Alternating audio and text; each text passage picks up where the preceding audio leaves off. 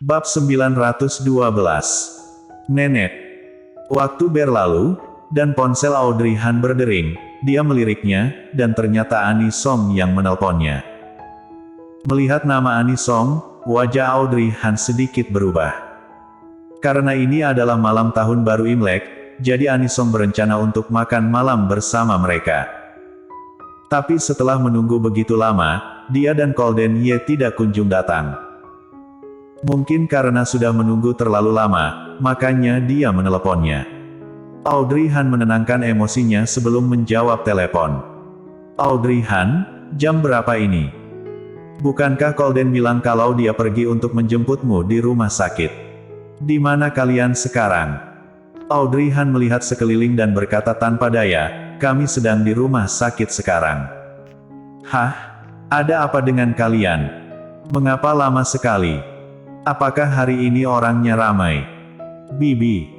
Audrey Han memanggilnya dan dia menjelaskan, urusanku telah selesai, tapi kami kembali lagi.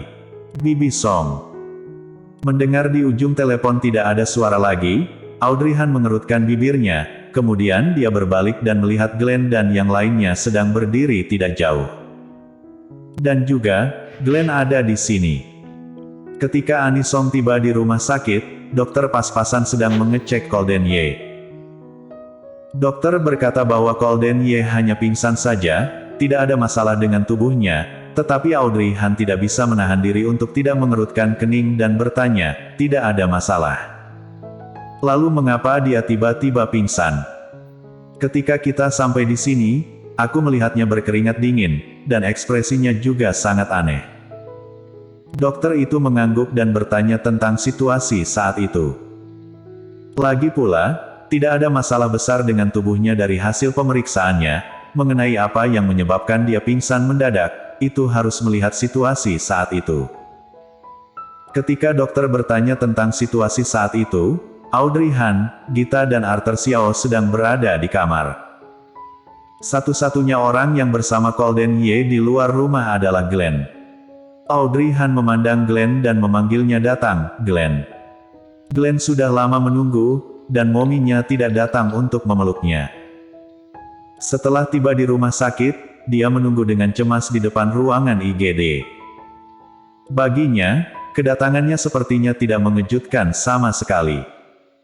Tadinya dia hanya sedikit sedih, tetapi sekarang setelah melihat mominya baru mengingatnya karena kata-kata dokter, Glenn merasa semakin sedih. Kemarilah. Audrey Han berjongkok dan memanggil Glenn ke arahnya. Glenn memikirkannya dengan hati-hati, dan merasa kalau dia seharusnya tidak marah dengan momi di tempat umum saat ini, kalau tidak nanti yang malu juga dia dan mominya. Jadi dia dengan patuh berjalan ke sisi Audrey Han memeluknya dengan satu tangan, menggendongnya dan meremas pipinya, dan suaranya menjadi lebih lembut ketika dia berbicara. Glenn, apa yang terjadi pada Daddy ketika kalian berada di luar rumah? Bukankah dia baik-baik saja ketika dia keluar? Kenapa dia tiba-tiba pingsan? Glenn berkedip dan mengingat adegan itu.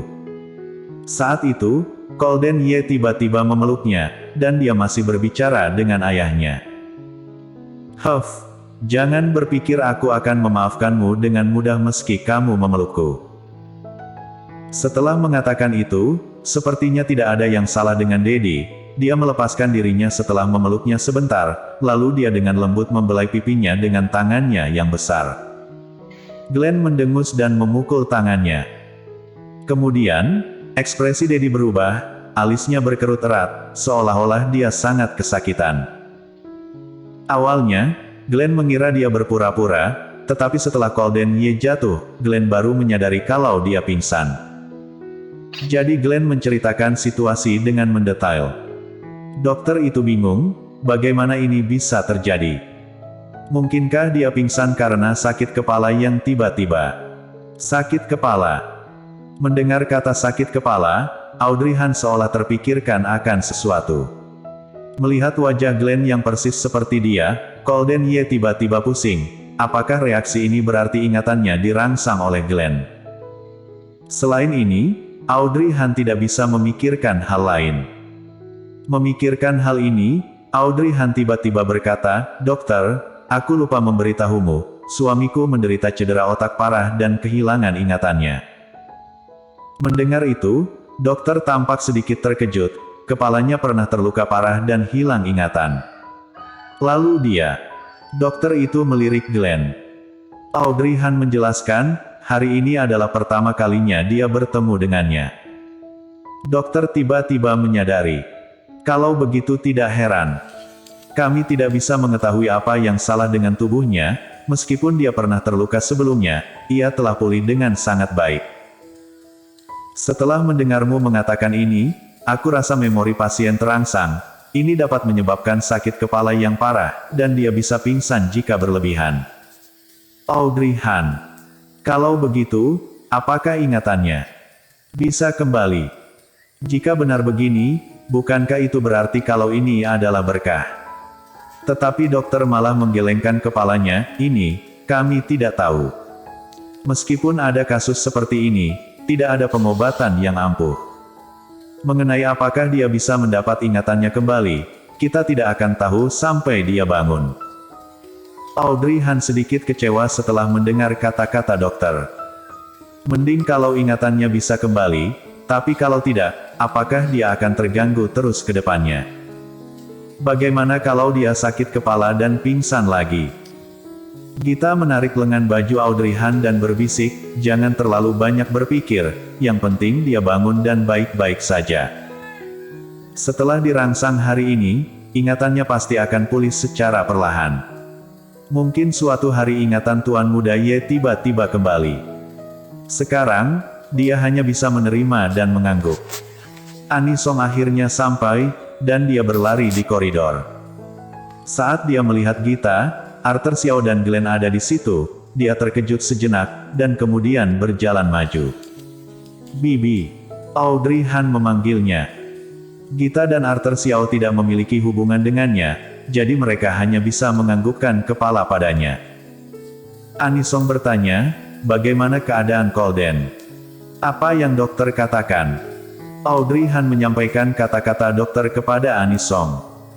Anisong mengangguk setelah mendengarkannya, baguslah kalau dia tidak apa-apa.